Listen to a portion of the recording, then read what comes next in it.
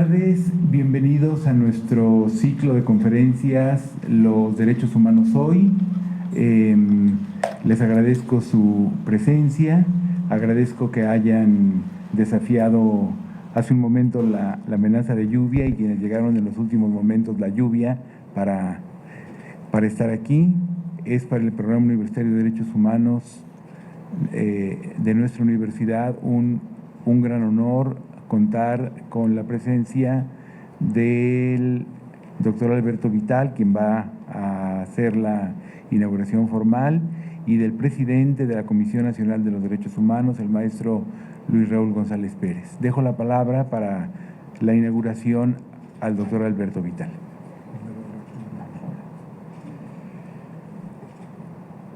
Muy buenas tardes tengan ustedes.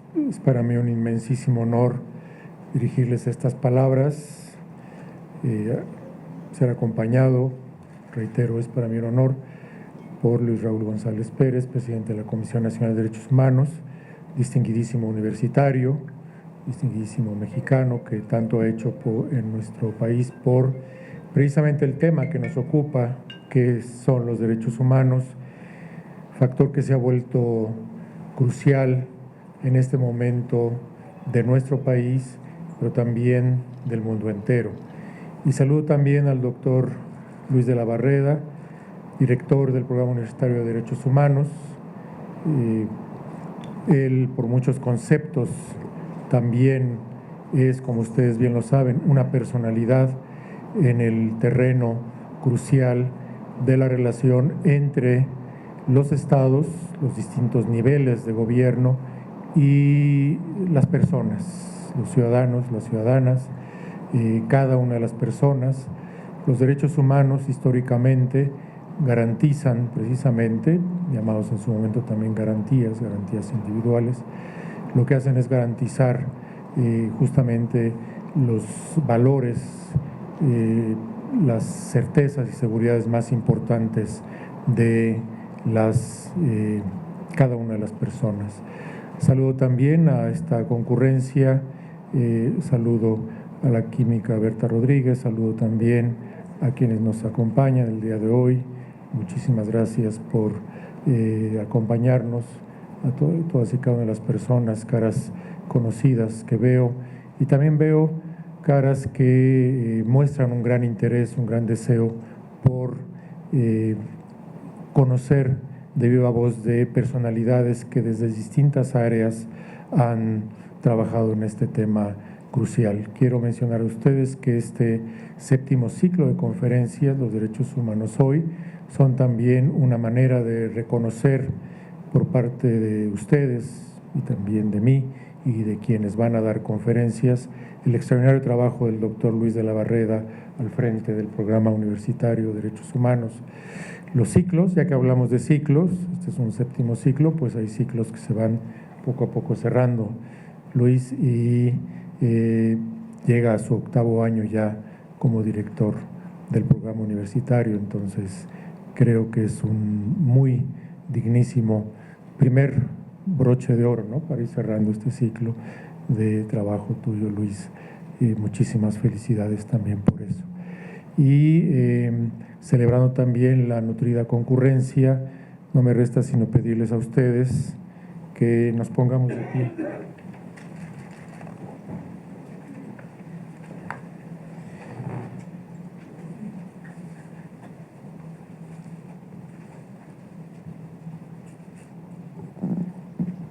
Para decirles que es para mí un honor, reitero esa palabra, siendo las 16:37 minutos, 16 horas con 37 minutos de este lunes 21 de octubre de 2019, dar por inaugurados los trabajos de este ciclo que tiene, reitero, personalidades de muy alto nivel para charlar con ustedes. Séptimo ciclo de conferencias Los Derechos Humanos Hoy, con los mejores augurios. Muchas felicidades.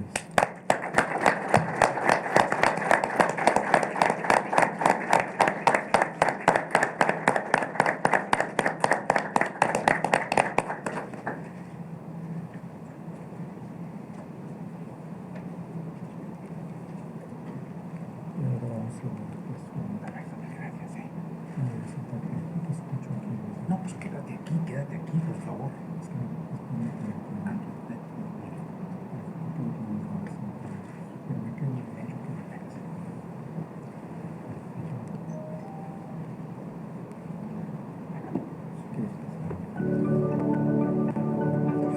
You are in the Zoom meeting now.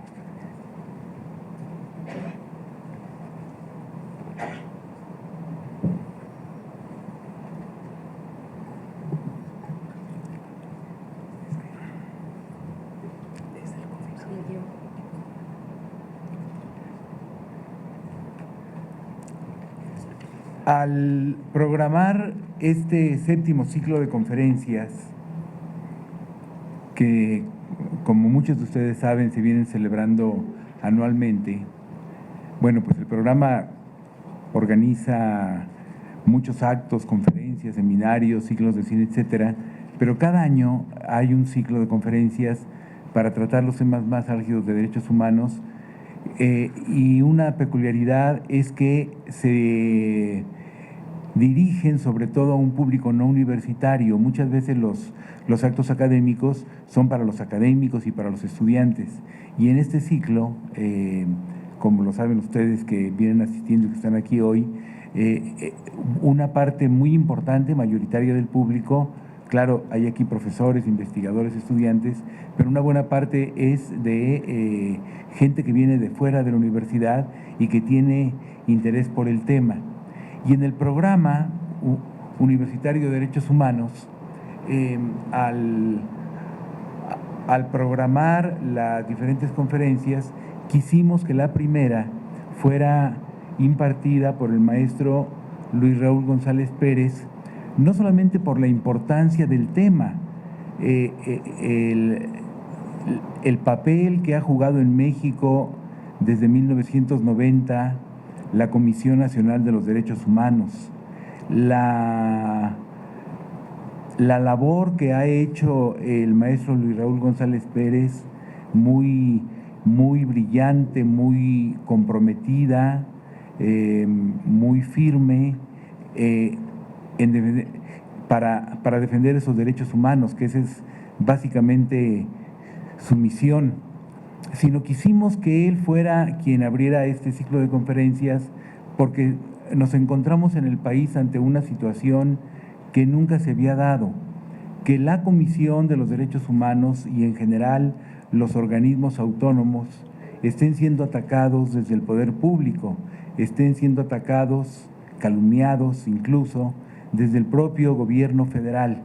Entonces nos pareció muy importante que en el Programa Universitario de Derechos Humanos abriéramos como primer espacio la participación del maestro Luis Raúl González Pérez, porque más allá del poder de resonancia, más allá del poder de difusión que se tiene siendo, por ejemplo, presidente de la República, finalmente es muy importante que se pronuncien las palabras que dicen la verdad, las palabras que no son una postura ideológica prejuiciada, no responden a un interés político, sino que responden a lo que debe responder siempre la academia, que es buscar la verdad y explicarla.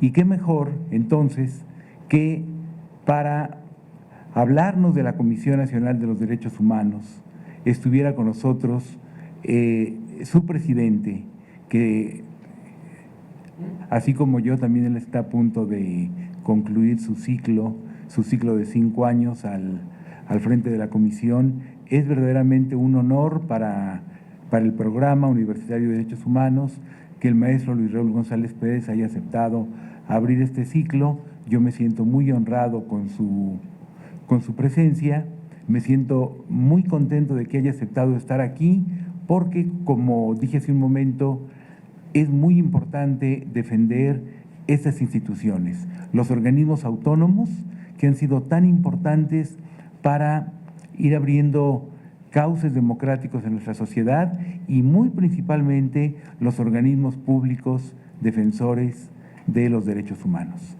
Luis Raúl, mil gracias por estar aquí y por favor, El micrófono es tuyo. Muchas gracias, Luis. Pues muy agradecido de que el doctor Luis de la Barrera me haya invitado, me haya hecho la deferencia de poder participar en este 7º ciclo que organiza el Programa Universitario de Derechos Humanos. Muy honrado porque me permite visitar mi alma mater, mi Universidad Nacional Autónoma de México, que desde 1973 soy universitario. En el bachillerato inicié mis estudios. Y qué mejor oportunidad de venir a un centro de investigación, a un programa universitario que, hago un paréntesis en la exposición que tendré, me tocó ver su inicio hace casi 8 años. Siendo su servidor abogado general, me tocó darle la forma jurídica en el acuerdo de creación.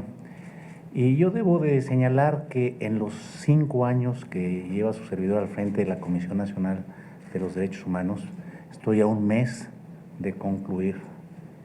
Y la vinculación con la Universidad Nacional Autónoma de México se palpa a través de los grandes proyectos que hemos trazado, Comisión Nacional y la Universidad Nacional, y agradezco al doctor Vital que me haya permitido tener un encuentro casi al principio de la gestión con todos los programas, seminarios y centros e institutos de investigación para trazar temas de interés para la solución de grandes problemas.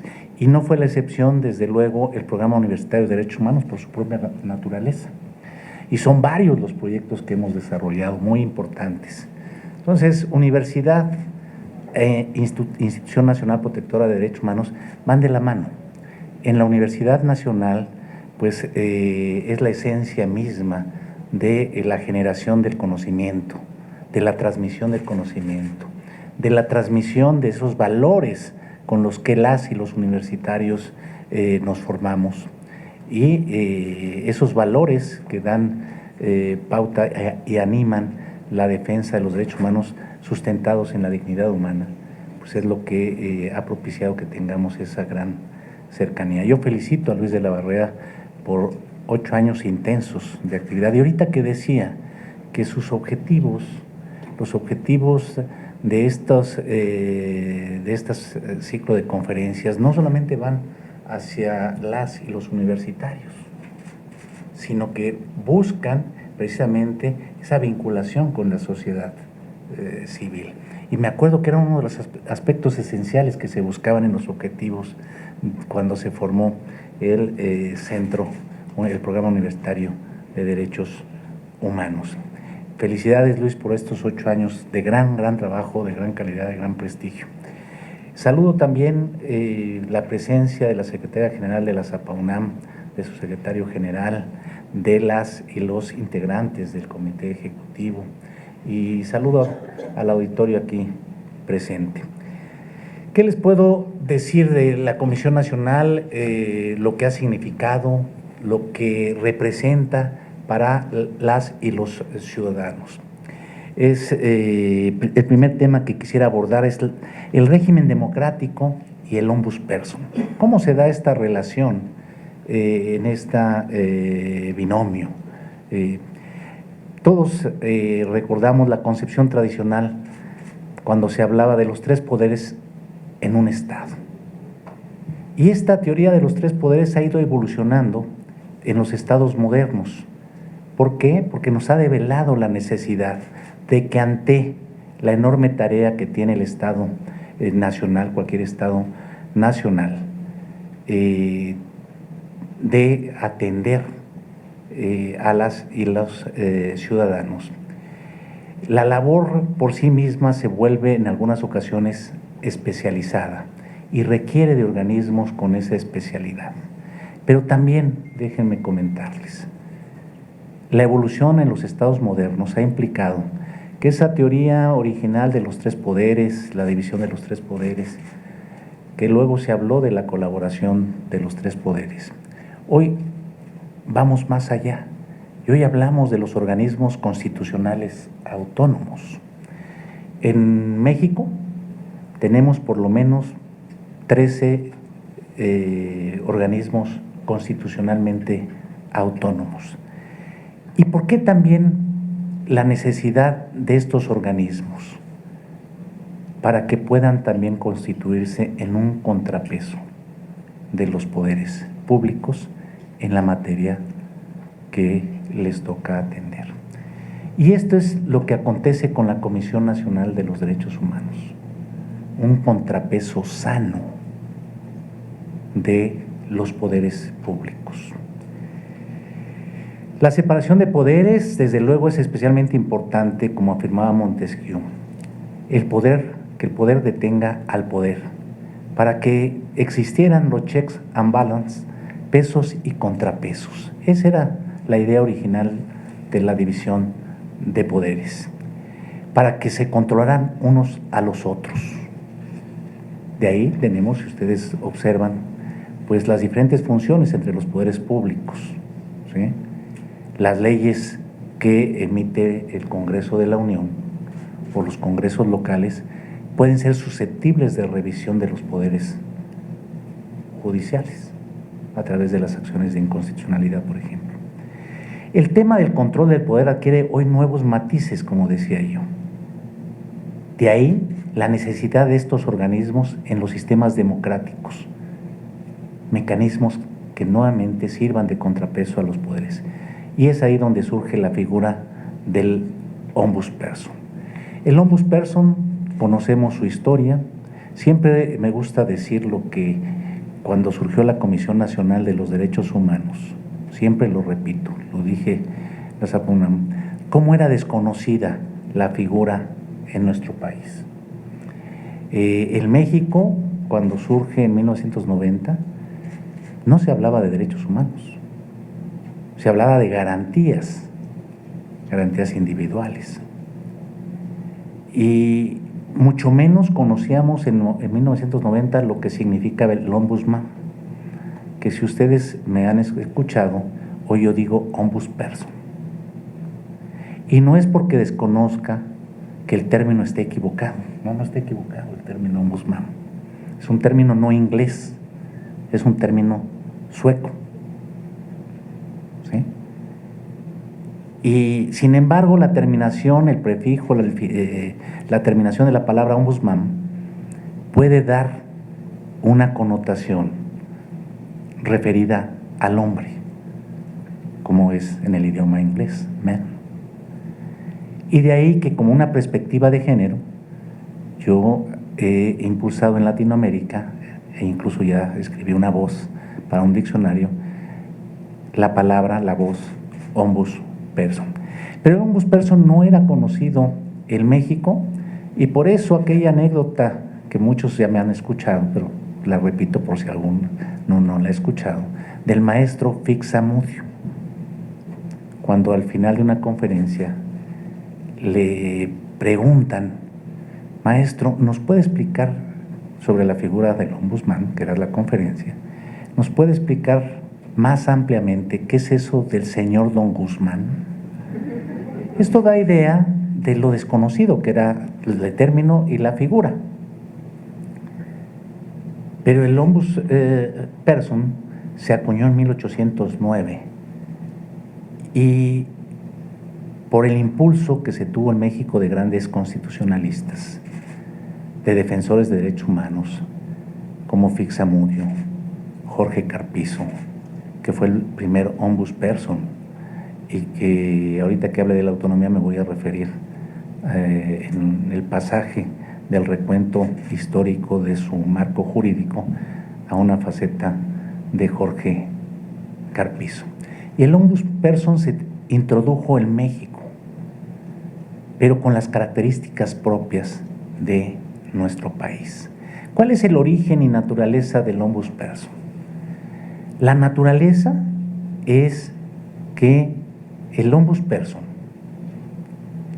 es una institución del Estado mexicano, pero no es una dependencia de los gobiernos. Y esto es importante señalarlo. El ombudsperson, su naturaleza es un órgano que busca prevenir por un lado y por otro corregir las violaciones a derechos humanos.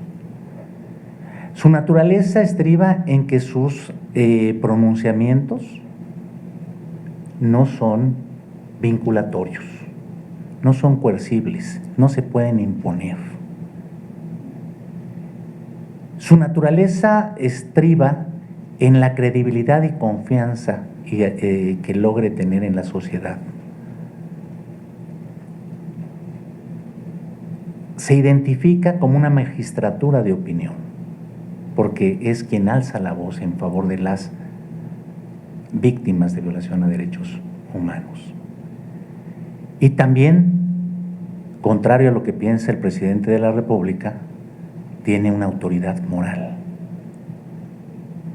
que lo caracteriza. ¿En función de qué? En función del ejercicio pleno de sus atribuciones, el ejercicio sin intromisiones de los poderes, pero de poderes públicos o poderes fácticos. El ombudsperson, decía Jorge Carpizo, va a resolver solamente con las pruebas que se desprendan del expediente, de su investigación, de la solidez con la que logre probar las violaciones a derechos humanos. El ombudsperson no es adversario de los poderes públicos.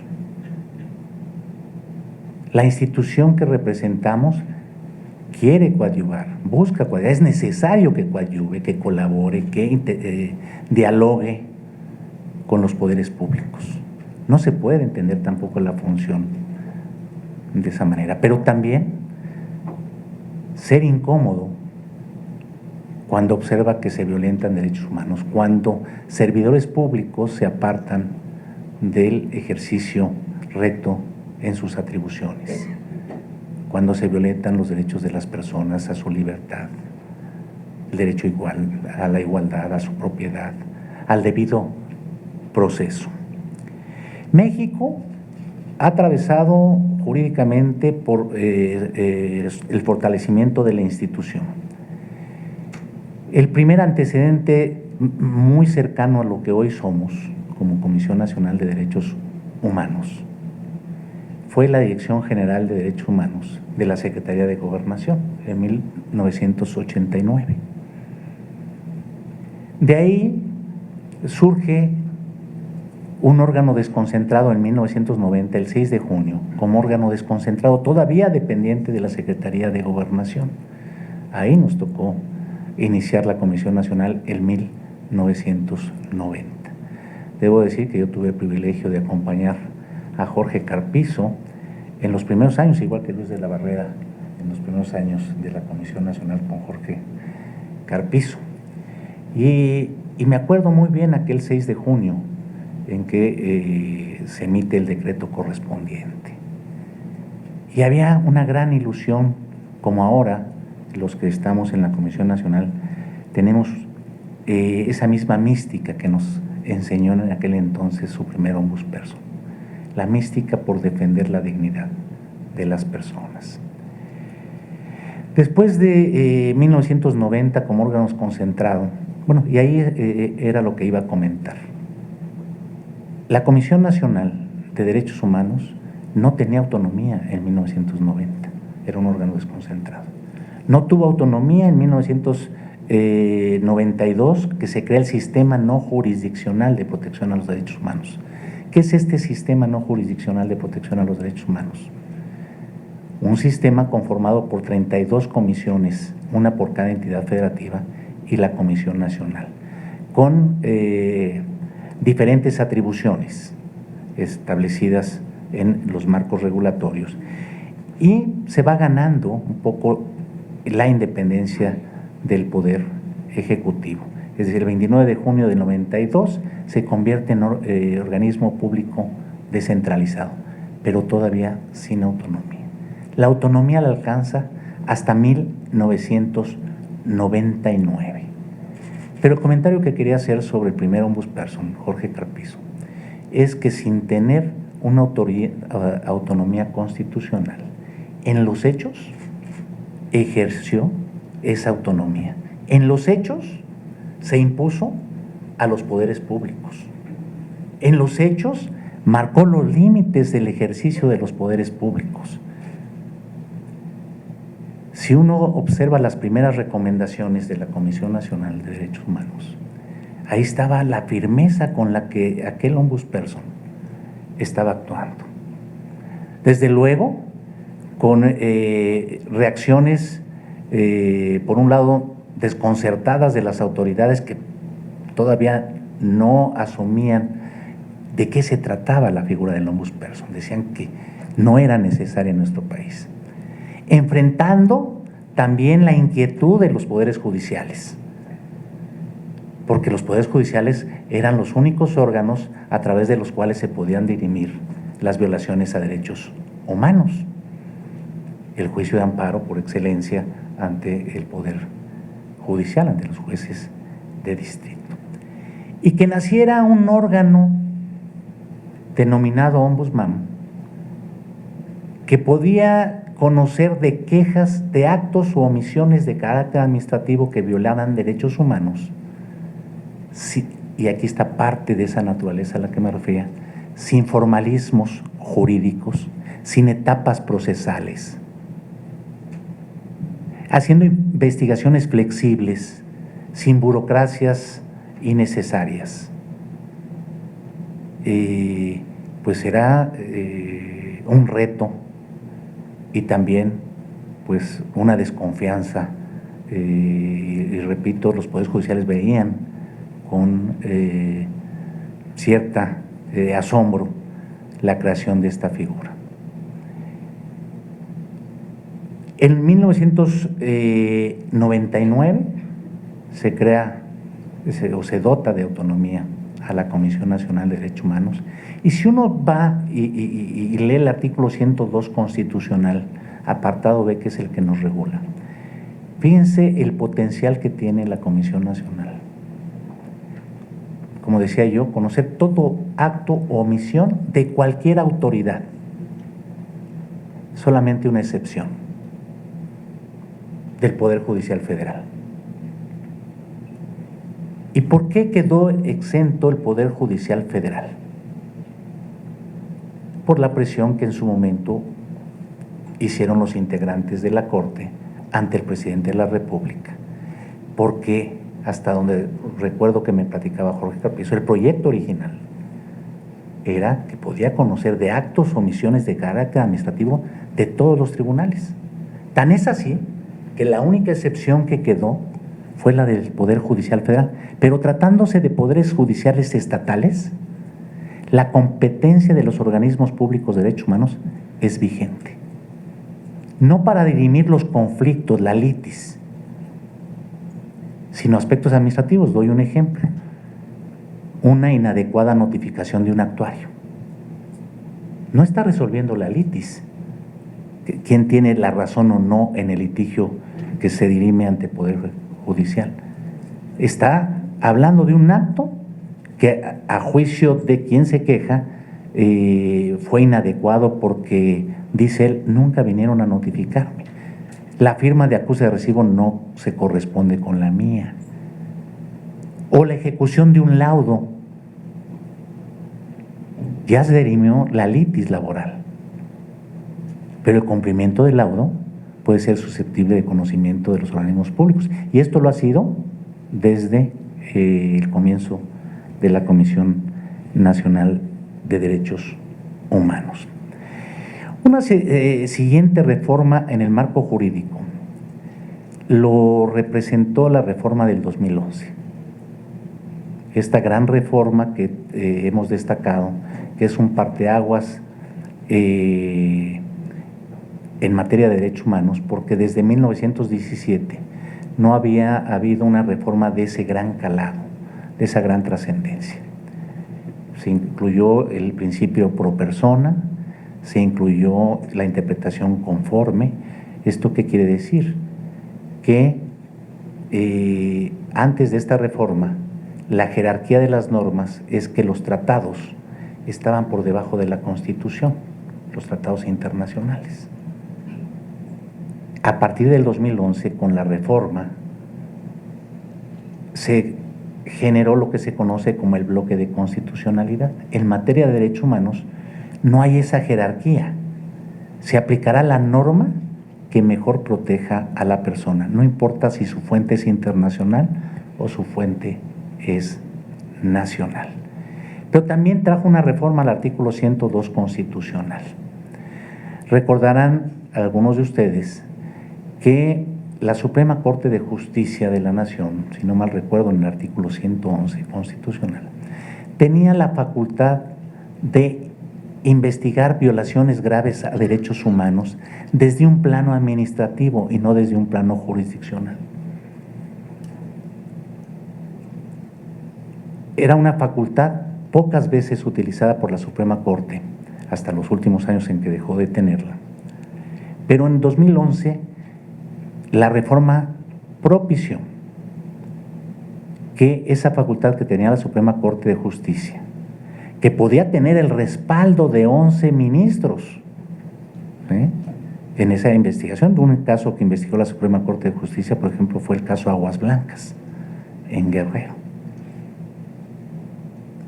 Aunque la Comisión Nacional, para cuando se pronunció la Corte, ya había emitido su recomendación. Y entonces esta facultad aparentemente pasó a la Comisión Nacional de Derechos Humanos. ¿Y por qué digo aparentemente? Quedó explícitamente que pasaba esa facultad. Pero la Comisión Nacional, desde su origen, ya conocía violaciones graves a derechos humanos. Tan es así que el caso Aguas Blancas lo conoció y se pronunció en ese mismo sentido. Entonces, este ha sido el marco jurídico de la Comisión Nacional de Derechos Humanos. Pero, ¿por qué es tan importante el preservar organismos como la Comisión Nacional de Derechos Humanos a nivel nacional o en cada entidad federativa a nivel local? Porque representa la posibilidad para las personas de acceder a una institución, primero, cuyos servicios van a ser gratuitos; segundo, que va a ser la investigación que no requiere de abogados. Acudir a los poderes judiciales requiere de conocimientos técnicos o de la contratación de abogados. Aquí el abogado es la Comisión Nacional de Derechos Humanos, que se encarga de investigar a partir de la queja que pone la persona que se siente lesionada en sus derechos. Y la Comisión Nacional, en 29 años, casi 30 que va a cumplir en junio, ha dado muestras claras de cómo ha probado los excesos del poder público.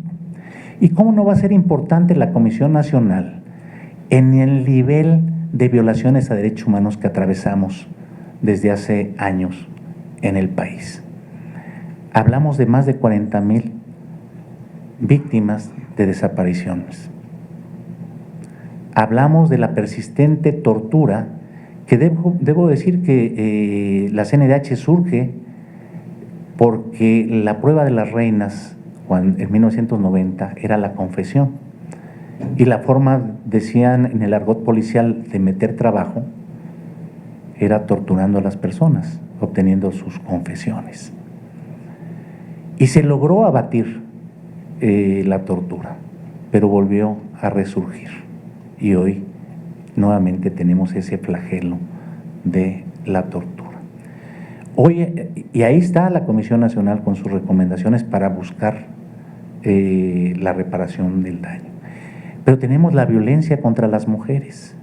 33 procedimientos iniciados en el país, en distintas entidades federativas, en alguna más de una ocasión.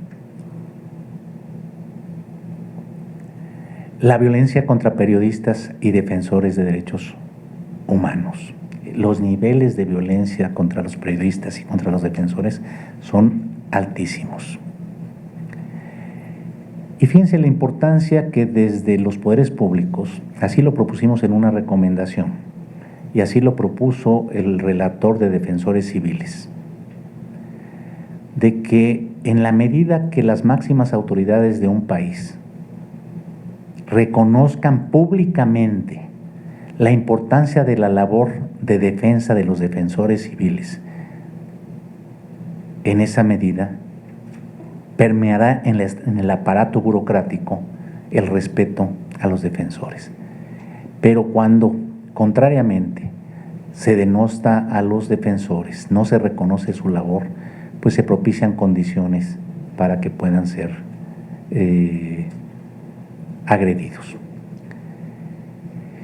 Lo que atravesamos, y Luis de la Barrera es un experto en ello, en donde hemos mejorado a nivel federal, pero no a nivel de algunos estados. El sistema penitenciario son realidades. ¿Qué hemos hecho ahora en la Comisión Nacional de Derechos Humanos? A nivel federal, porque esa es la capacidad para lo que nos dio, tenemos presencia física de visitadores a los cuales estamos rotando permanentemente, pero ahí in situ. Debo decir que el primer paso fue que los hechos que se denunciaban eran atendidos inmediatamente y no llegaba siquiera queja. No quiere decir que los hechos no se sucedieran. El principal hecho, por ejemplo, que se da al interior de los penales es el tema de protección a la salud de los internos. Ahora, por fortuna, ya los hechos mismos están descendiendo por la presencia misma de la Comisión Nacional de Derechos Humanos. Tenemos el tema, por ejemplo, de todo lo que la Comisión Nacional representa en la defensa de los connacionales en Estados Unidos, pero de las personas migrantes en general. Antes de ser migrantes son personas y tienen dignidad y no huyen de sus países o no se desarraigan por voluntad propia, sino es un desplazamiento forzado por el hambre o por la violencia.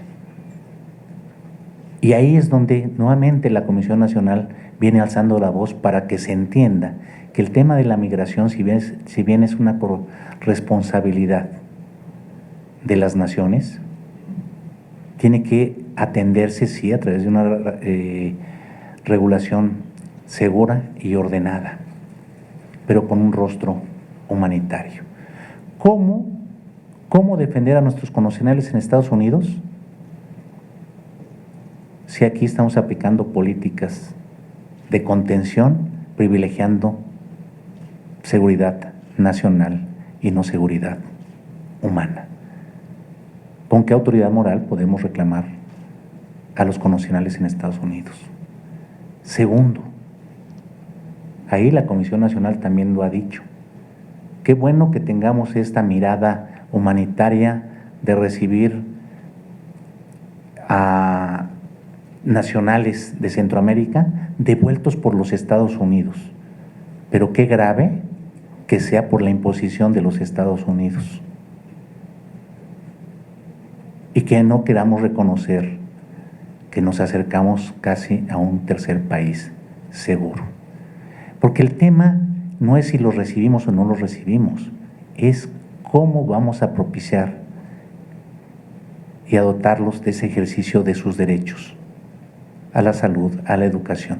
Si nos hemos visto rebasados con los propios nacionales que son deportados de los Estados Unidos, porque no tenemos la infraestructura. ¿Saben cuánto tiempo, y lo hemos señalado, le llevaría ahorita con la infraestructura que tiene Comar para procesar las solicitudes de refugio?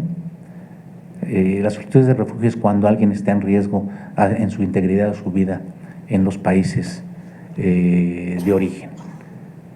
Le llevaría al actual Comar cerca de 5 años, siempre y cuando ya no entrara ninguna otra solicitud. Pero la migración es como el agua, es porosa y busca salidas. Y lamentablemente con las políticas de seguridad nacional, lo que se hace es que los migrantes buscan rutas más inseguras. Y ahí tenemos los gravísimos casos que hemos denunciado y hemos emitido recomendaciones como los de San Fernando. La Comisión Nacional, ¿qué busca en su actuar? Y por eso la importancia que tiene. Uno, que se conozca la verdad de los casos que se denuncian. Segundo, el acceso a la justicia de las víctimas de violación a derechos humanos, que no queden impunes, administrativa o penalmente, según corresponda. La reparación integral del daño, que no necesariamente se traduce en compensaciones económicas. Hay disculpas públicas.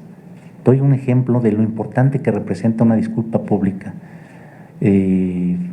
como fue el caso de los jóvenes universitarios del TEC en Nuevo León, Monterrey, que sucedido el hecho, fueron estigmatizados como sicarios. ¿Y por qué la importancia de la disculpa pública? Porque era reivindicar su nombre y su imagen. Y cuarto y fundamental, que es un reto y un desafío en el país y un reto para la propia Comisión Nacional de Derechos Humanos, es las garantías de no repetición. Es decir, ¿cómo aprendemos de las experiencias que nos han pasado? Doy ejemplos. Estamos haciendo una investigación, todavía no sabemos qué pasa. El caso de Guerrero, recientemente sucedido hace 10 días.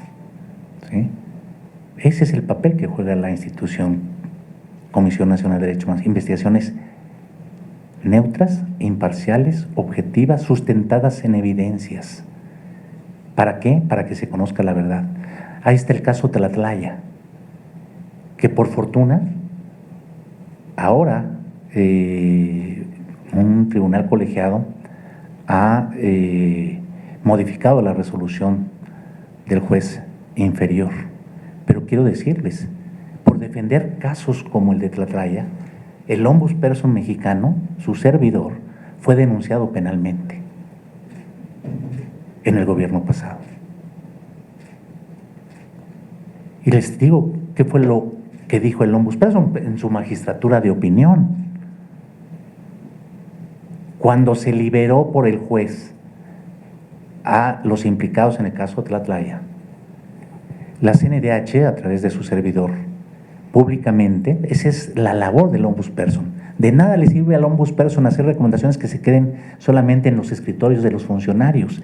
La fuerza de sus recomendaciones, la fuerza de sus pronunciamientos es la publicidad que se dé a sus resoluciones y al acompañamiento que pueda lograr en la sociedad y en los medios de comunicación. ¿Qué fue lo que dije en Tlatlaya cuando se liberaron a las 3 personas? Dije, primero, no es cosa juzgada, porque fue en apelación dentro del auto de término, ¿sí? No es cosa juzgada. Segundo, el propio juez lo decía en su resolución, la PGR no sustanció la acusación debidamente. Tercero, se pueden aportar mayores datos. 4, dije, ¿por qué la PGR no agregó y ha agregado en año y medio que llevamos pidiéndoselo, ¿sí?, el expediente de la CNDH sobre ese caso y su recomendación? Y último elemento, el juez decía que las 2 de 3 sobrevivientes mujeres habían cambiado su versión original, su declaración inicial, con posterioridad dijeron otras cosas. Y el juez tenía razón, sí, variaron su declaración. En derecho, la primera deposición es la que tiene mayor credibilidad, pero la persona puede variar su declaración si justifica el por qué ese cambio, por miedo, por temor. ¿Qué sucedió con ellas? Y por eso el ombudsperson alzó la voz y dijo, pues hay que agregarle al juez de la causa. La PGR lo que tiene que hacer es agregar los procesos de tortura de esas 2 mujeres, porque habían sido torturadas. Eso fue lo que motivó que de inmediato se desencadenara una denuncia penal contra el ombudsperson. Pero esa es la labor que le toca al ombudsperson. Por eso lo importante es que se conozca qué somos al interior de la Comisión Nacional. Yo lo decía, es un organismo que no es adversario de nadie. Lo he dicho públicamente, en política se tiene adversidades, pero en la defensa de dignidad no puede haber adversidades. Los gobiernos van por una vía, el ombudsperson o los ombudsperson van por otra. Los dos queremos, los gobiernos que se precien de ser democráticos, buscan llegar a gobernar poniendo a la persona en el centro de su atención y respetando su dignidad. El ombudsperson va en la otra vía, que cuando observa que hay un bache, un hoyo, un socavón, alerta a esos gobiernos. Los gobiernos deberían de sentirse apoyados y respaldados por instituciones que les hacen ver lo que muchas veces los titulares de las áreas no alcanzan a observar. Somos colaboradores ¿de qué? Del cumplimiento de la ley. No estamos en contra del uso legítimo, por ejemplo, de la fuerza. Por eso se llama uso legítimo de la fuerza. Pero hay normas. No se puede justificar casos como el de Tanuato, que también generó tensiones con el gobierno pasado, cuando dijimos que había habido 22 ejecuciones en Tanuato, llegando al extremo de que el ombudsperson, con toda su investigación sólida, porque eso es lo que le permite hasta ahora los resultados de sus determinaciones, pudo probar esas 22 ejecuciones al grado de que a 3 personas les prendieron fuego. Y una de ellas, lo probó la CNDH, tenía hollín en la tráquea. ¿Qué quiere decir esto? Que estaba vivo.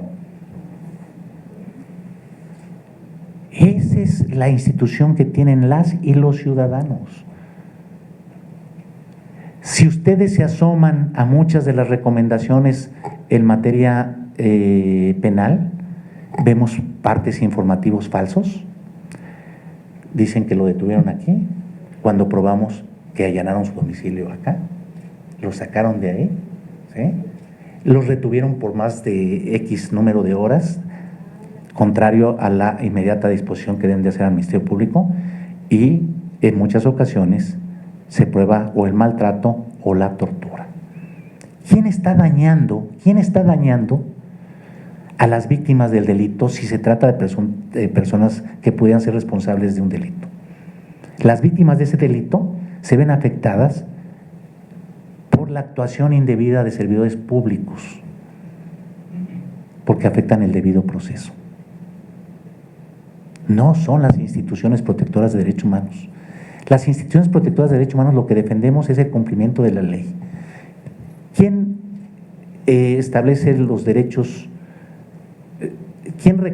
¿Dónde están reconocidos los derechos humanos de nosotros?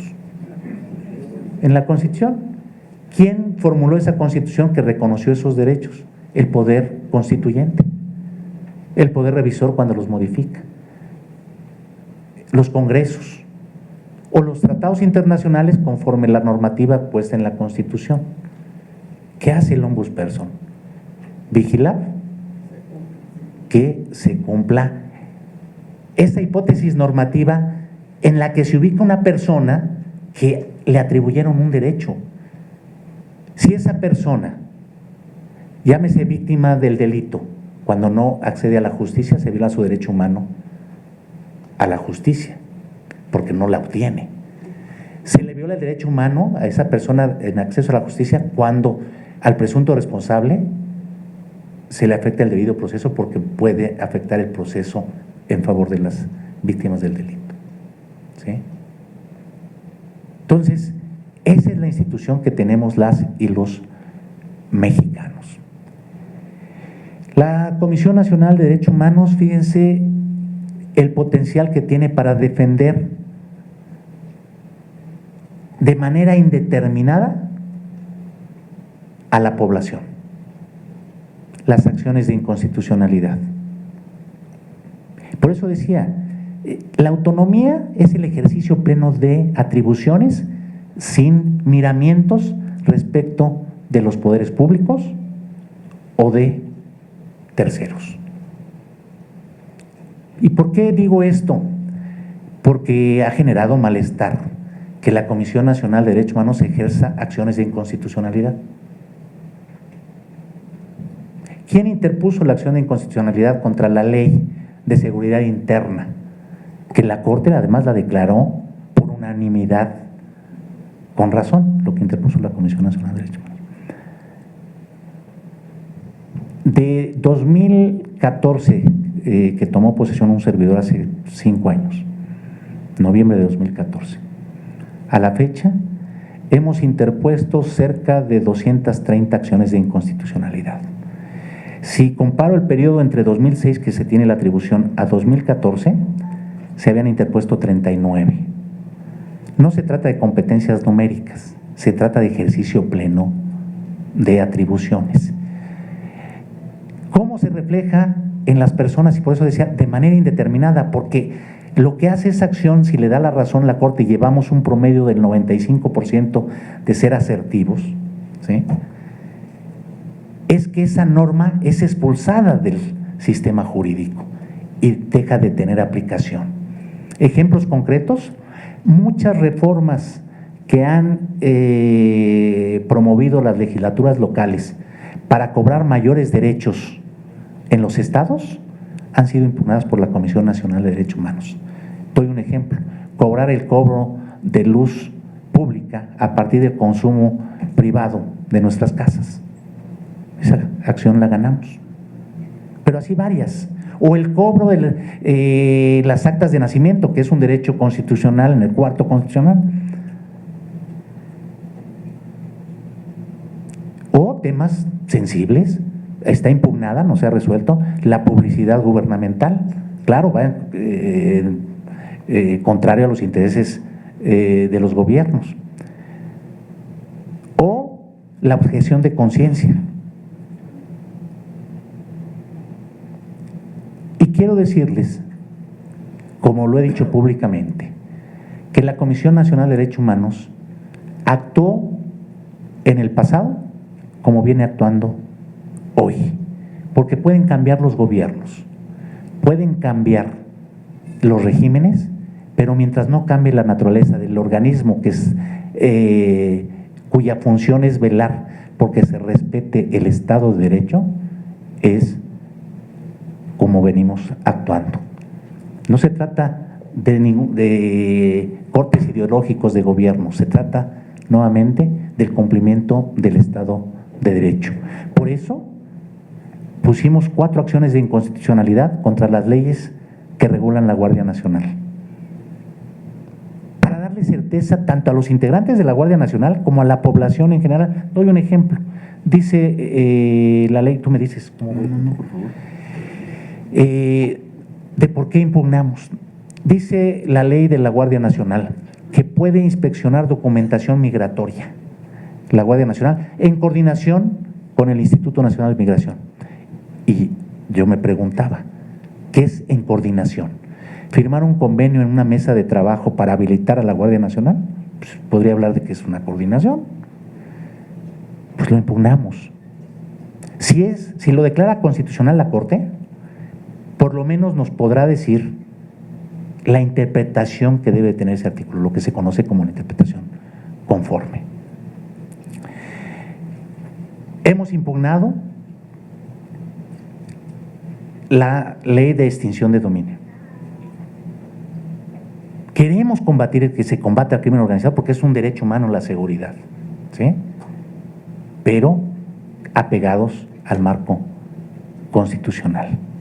Eso es lo que es la institución defensora de derechos humanos.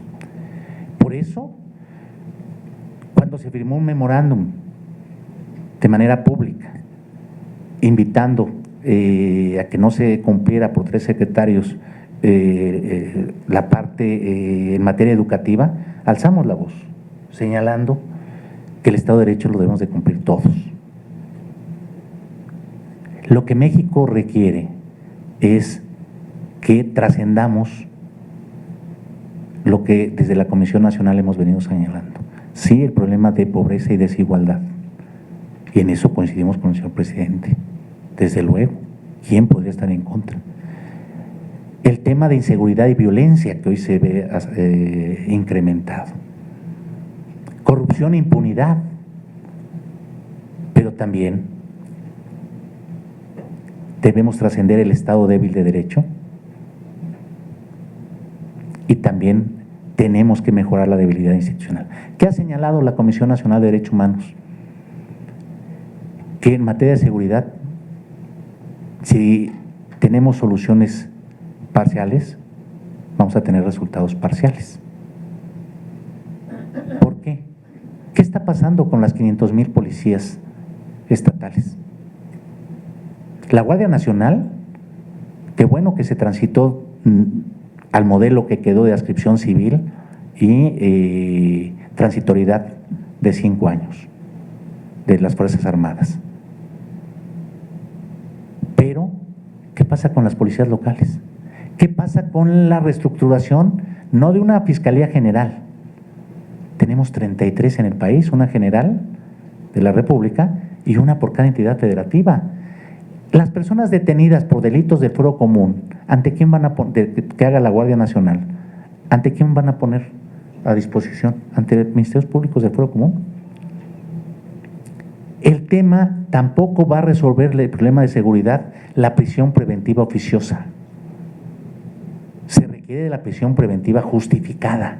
Cualquier delito, si se justifica que representa un riesgo para el proceso o para la sociedad, puede ser susceptible de valoración de un juez. ¿Sí? Pero ahora estamos volviendo al incremento de penas o a esa tentación en el incremento de penas o gravedad de los delitos.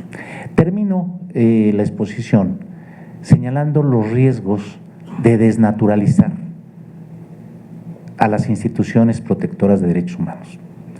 En principio puede ser atractivo escuchar en las dos iniciativas que existen, que por fortuna hasta antes de este proceso ya no permearon, proceso de selección del nuevo ombudsperson. Pero había la intención de modificar la naturaleza del organismo.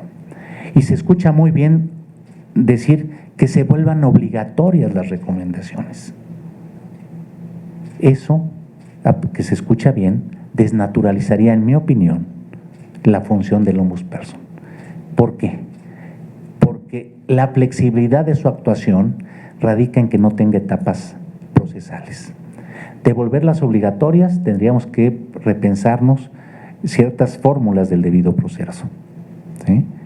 Y dos, se podrían convertir en actos de autoridad en sí mismo, al ser obligatorias, y entonces susceptibles de terminar en los tribunales. ¿Qué requieren los gobiernos? Comprometerse. Fíjense la paradoja retórica. Se dice que se quiere fortalecer al ombudsperson para que sea sus resoluciones más eficientes. Pero las que tiene, los dientes que dicen que tiene, que se le dieron, se los estirpan. ¿Por qué digo esto? Emitimos una recomendación de estancias infantiles. 5,000 quejas. La motivación es que debemos trascender lo asistencial a un ejercicio pleno de derechos. El cuidado de los niños no solamente es que los cuiden, sino que haya desarrollo de los mismos, la estimulación temprana, por ejemplo. ¿Sí?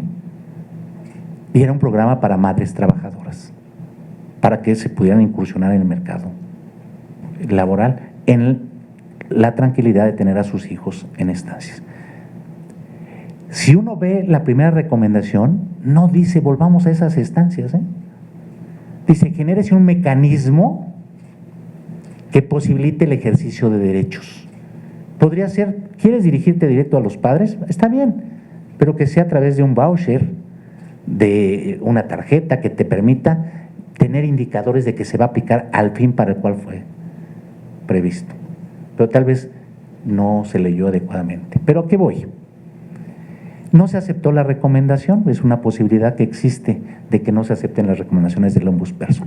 En estos 5 años, debo decir que solamente en 2 ocasiones no se ha aceptado.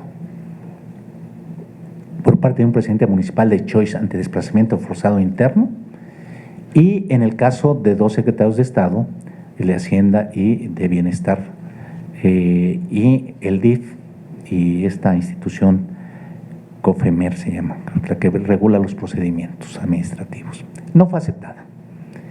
La Constitución en el artículo 102, con base en la reforma del 2011, posibilita que ante una no aceptación, el ombudsperson se dirija a esas autoridades para decirles que hagan públicas sus razones. La respuesta fue: ya la hicimos pública porque la subimos a la página, ¿no? Segundo,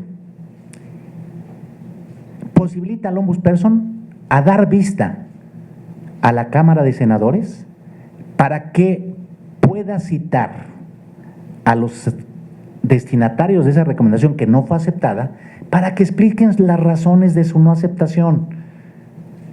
No solamente es fortalecer al ombudsperson, sino también es un derecho de las víctimas para que puedan exponer ante los representantes populares, los destinatarios, esas razones que les motivaron a no aceptarla. ¿Y qué se hizo en el Senado de la República? ¿Qué se hizo ante quienes están pidiendo fortalecer a la institución? Simplemente votar que no había lugar, sin motivar y fundar el razonamiento. ¿Es potestativo? Sí, es potestativo. Pero qué mejor oportunidad de fortalecer al ombudsperson.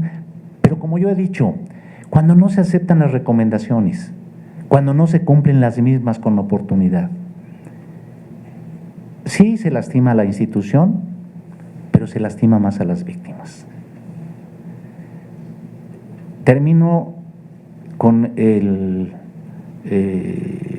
la receta que mi madre, en paz descanse, me daba. Y me decía: hijo, los moretones o las cicatrices se quitan con concha nácar.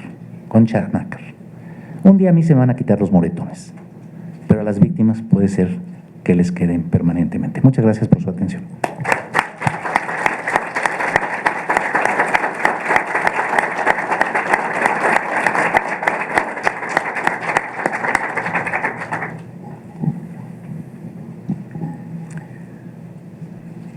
Hemos escuchado una espléndida exposición de la importancia de la Comisión Nacional de los Derechos Humanos y en general de la importancia de este sistema no jurisdiccional de defensa de los derechos humanos.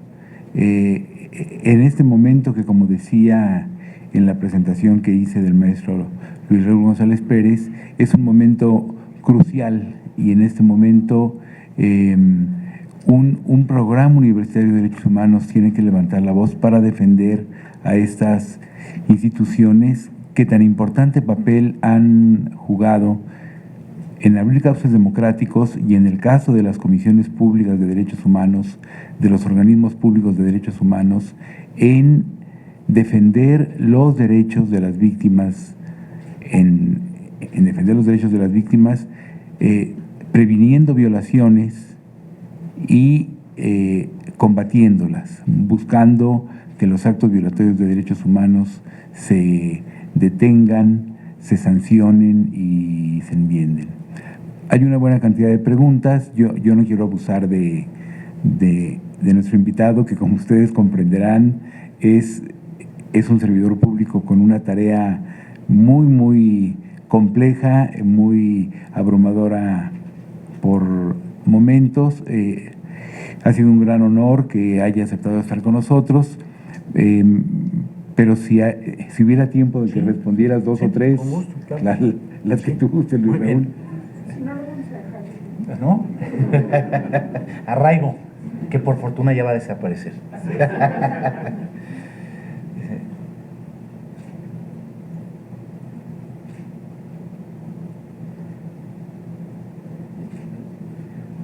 voy a leer varias y voy a tratar de hacer una síntesis.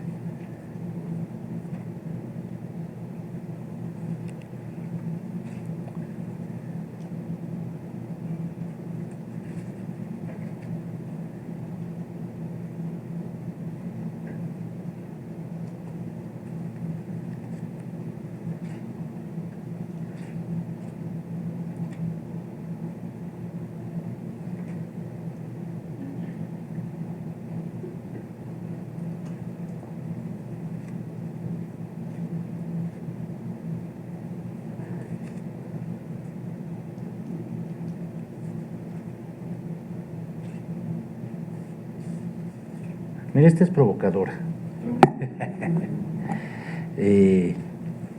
Ahorita voy a tratar de responder varias de manera genérica. Me preguntan sobre consulta previa, libre, informada, culturalmente adecuada y de buena fe. Bueno, sobre consulta a pueblos originarios. Yo debo decirles que estamos defendiendo el que podamos tener una regulación en México sobre lo que ya dice el convenio 169 de la OIT, y emitimos una recomendación general al respecto. Y agrego una consideración, lo hemos dicho ahora en estos tiempos, hay que distinguir, como dice la relatora de pueblos originarios, la relatora de Naciones Unidas, no hay que confundirnos entre esta consulta previa, libre, informada, culturalmente adecuada y de buena fe con la consulta ciudadana. Son dos cosas diferentes, ¿sí? Y por eso nosotros hemos señalado esto y hay una recomendación general. Ahora, se está dando una auscultación actualmente para poder normar la consulta previa, libre e informada. Por otro lado, me preguntan sobre el sistema penitenciario y qué pasa con la situación de las mujeres trans en situación de reclusión. Y yo hablaría no solamente de las mujeres trans, sino de cualquier sector en condiciones de mayor vulnerabilidad. Personas con discapacidad, comunidad LGBTI, las personas trans. Desde luego que es una de las problemáticas que se enfrentan al interior de los centros penitenciarios. Ahí hay varias recomendaciones todavía incumplidas, pero es uno de los temas que nos preocupa y nos ocupa. Y junto a esto, ¿qué hicimos como Comisión Nacional de Derechos Humanos? Yo creo que la CNDH fue uno de los pivotes para que finalmente se hubiese cerrado Topo Chico. Lo que pasaba ahí y en algunas cárceles como Piedras Negras en el 2011 son historias terroríficas, ¿no? Por fortuna Topo Chico ya cerró. ¿Y qué pasa en esta circunstancia, en el tema de las mujeres? Que son muy pocos los penales para mujeres de manera exclusiva y donde los penales mixtos lamentablemente tienen condiciones inadecuadas de separación entre personas de los distintos sexos. Ahí hay recomendaciones que por fortuna vamos avanzando. Ha crecido el índice de calificación en el sistema penitenciario, más en lo federal que en lo estatal. Y doy un ejemplo de resultados desde la Comisión Nacional de Derechos Humanos. Fíjense la aberración a la que llegábamos como sistema penitenciario. Bueno, ni siquiera sistema penitenciario, porque no era parte del sistema penitenciario, estaba habilitando los hechos. Teníamos cerca de 96 cárceles municipales, que esas cárceles municipales es para infracciones administrativas, y la infracción mayor está hasta 36 horas, ¿sí?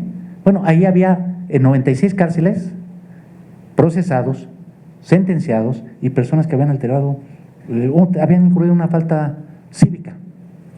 Nos quedan 5. Vamos por esas 5. La pregunta provocadora es: ¿por qué se debe respetar los derechos humanos de los delincuentes si ellos no respetan los derechos humanos de la sociedad? Y me da pauta para nuevamente enfatizar.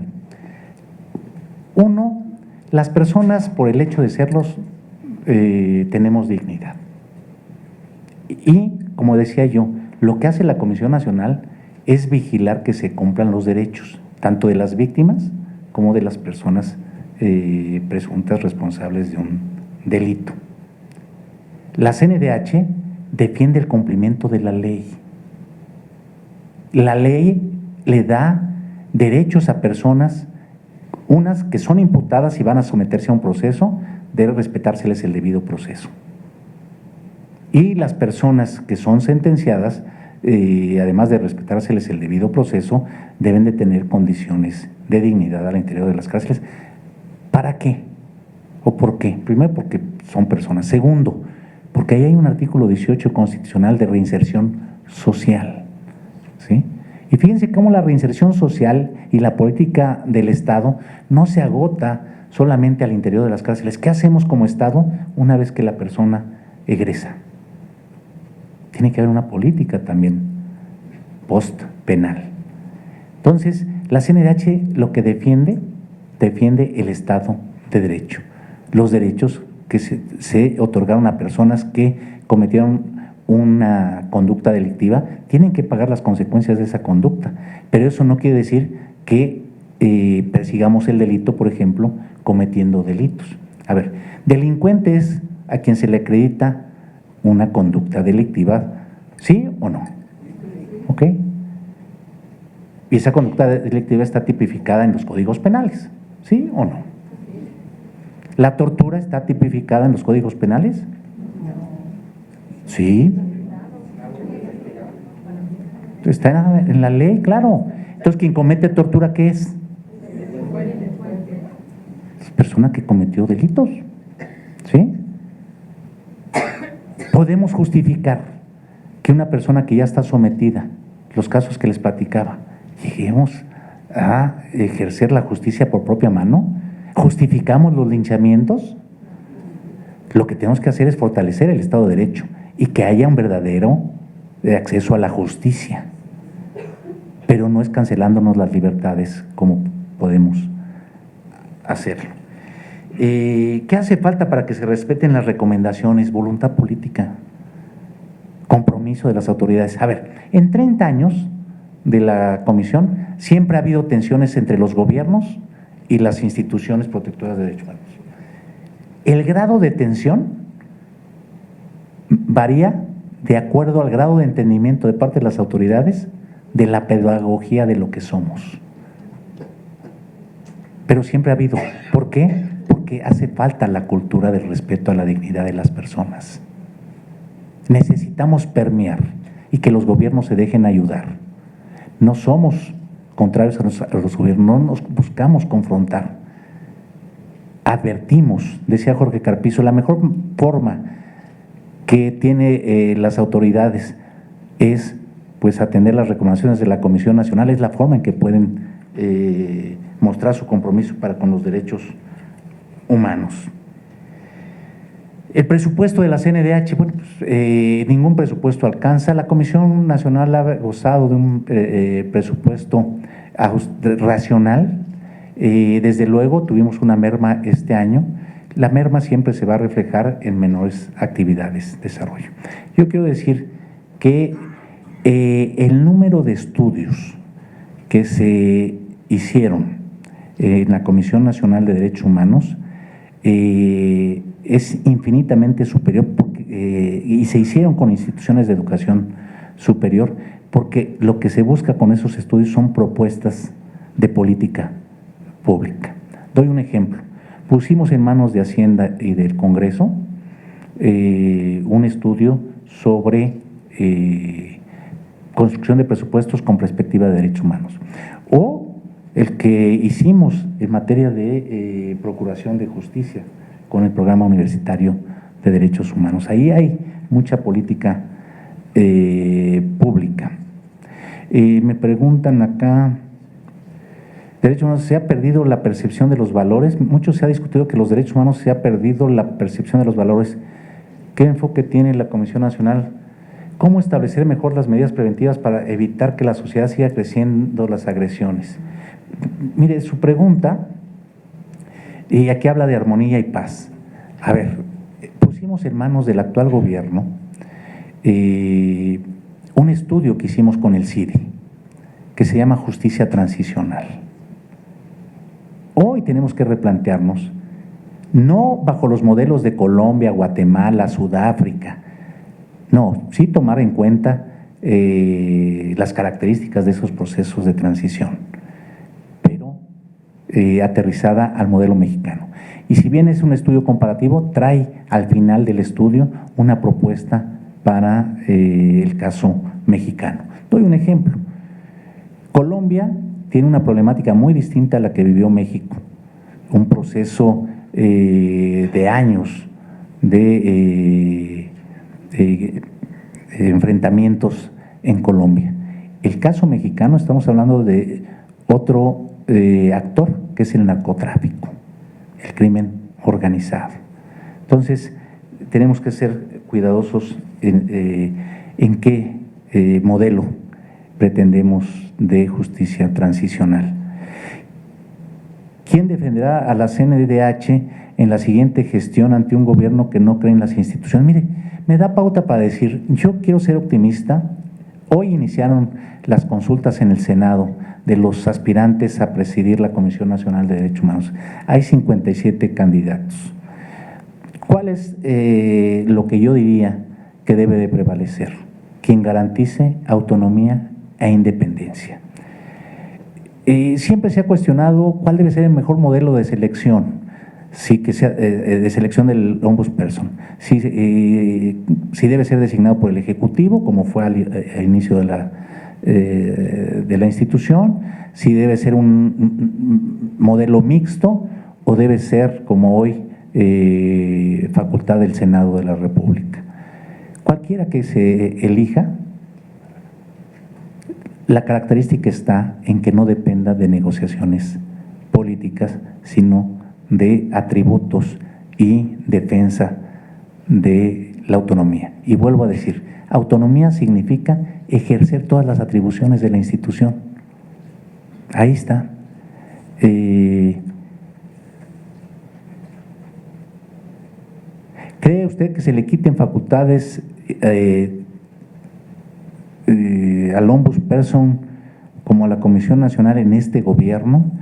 Como yo decía, la actitud, comportamiento, ejercicio de mi gestión me tocó 2 gobiernos.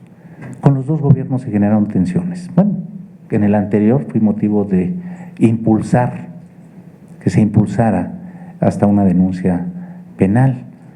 Fue motivo de la congeladora gubernamental, así le llamaba yo, ¿no? Los silencios gubernamentales que se dan.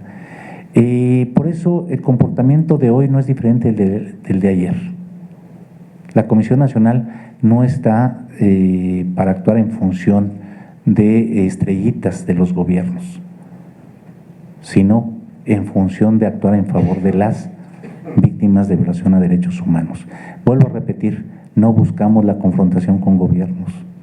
No le conviene ni a los gobiernos ni a la institución, pero menos a las víctimas. Lo que no podemos hacer es dejar de ejercer nuestras atribuciones y señalar lo que observamos que está mal. A ver, aquí hay una desinformación.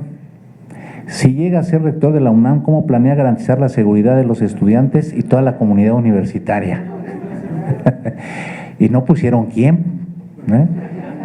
Yo ya lo dije públicamente, yo ya me pronuncié por quien pienso que puede encabezar los destinos de la universidad, y dije que lo mejor que podía pasarle a la Universidad Nacional era la continuidad del rectorado de Enrique Graue. Así que está respondida la pregunta. Vean cómo no soslayé ninguna. ¿Existe alguna razón para que la CNDH no tenga personalidad jurídica? Bueno, sí tenemos personalidad jurídica. Tenemos personalidad jurídica, tan es así que tenemos legitimidad para suscribir convenios, obligarnos dentro del ámbito de nuestras atribuciones. Y tan es así que tenemos legitimidad para las acciones de inconstitucionalidad. ¿Quién defenderá a la CNDH en la siguiente gestión? Miren, yo creo que la sociedad y programas como el Universitario de Derechos Humanos, y lo digo convencido, basta leer lo que ha escrito Luis de la Barrera en defensa de la institución en defensa de la autonomía, ¿sí? Y yo creo que la academia es un factor importante, la sociedad civil, y la propia CNDH tendrá que hacer su propio ejercicio de ser muy firme ante lo que observe que puede violentar derechos humanos. Pero repito, quiero ser optimista de que en la renovación de la CNDH vendrán tiempos que permitan abrir un espacio para que se pueda trabajar en favor de las víctimas. Y pues creo que no me faltó alguna, simplemente agradecerles su atención, su amabilidad, su tiempo, el que escucharan en este inicio del séptimo ciclo de conferencias, y nuevamente reiterarle a Luis de la Barreda mi gratitud en lo personal y en lo institucional. Si alguien ha hecho una defensa de la institución porque sabe los riesgos que implica el que haya una comisión debilitada, pues es Luis, que también fue un ombudsperson de la Ciudad de México. Muchas gracias, Luis, muy amable.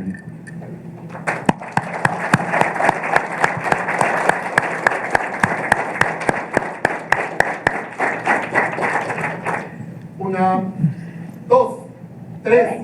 ¡Goya! ¡Goya! ¡Cachún, cachún, ra, ra! ¡Cachún, cachún, ra, ra! ¡Goya! ¡Universidad!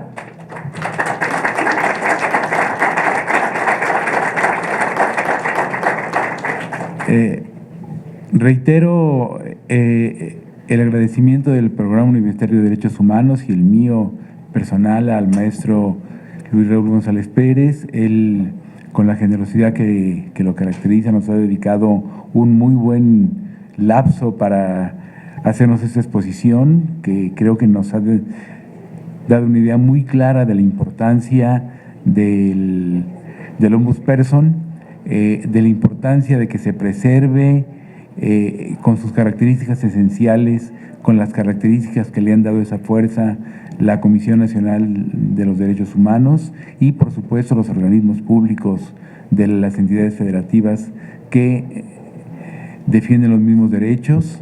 Y ha sido, Luis Raúl, como te decía, un gran honor que hayas estado con nosotros. Y yo terminaría simplemente esta primera conferencia del ciclo deseando larga vida y fructífera vida a la Comisión Nacional de los Derechos Humanos y a los organismos públicos de las entidades que defienden estos mismos derechos. Muchas gracias, Luis Raúl. Gracias, Luis.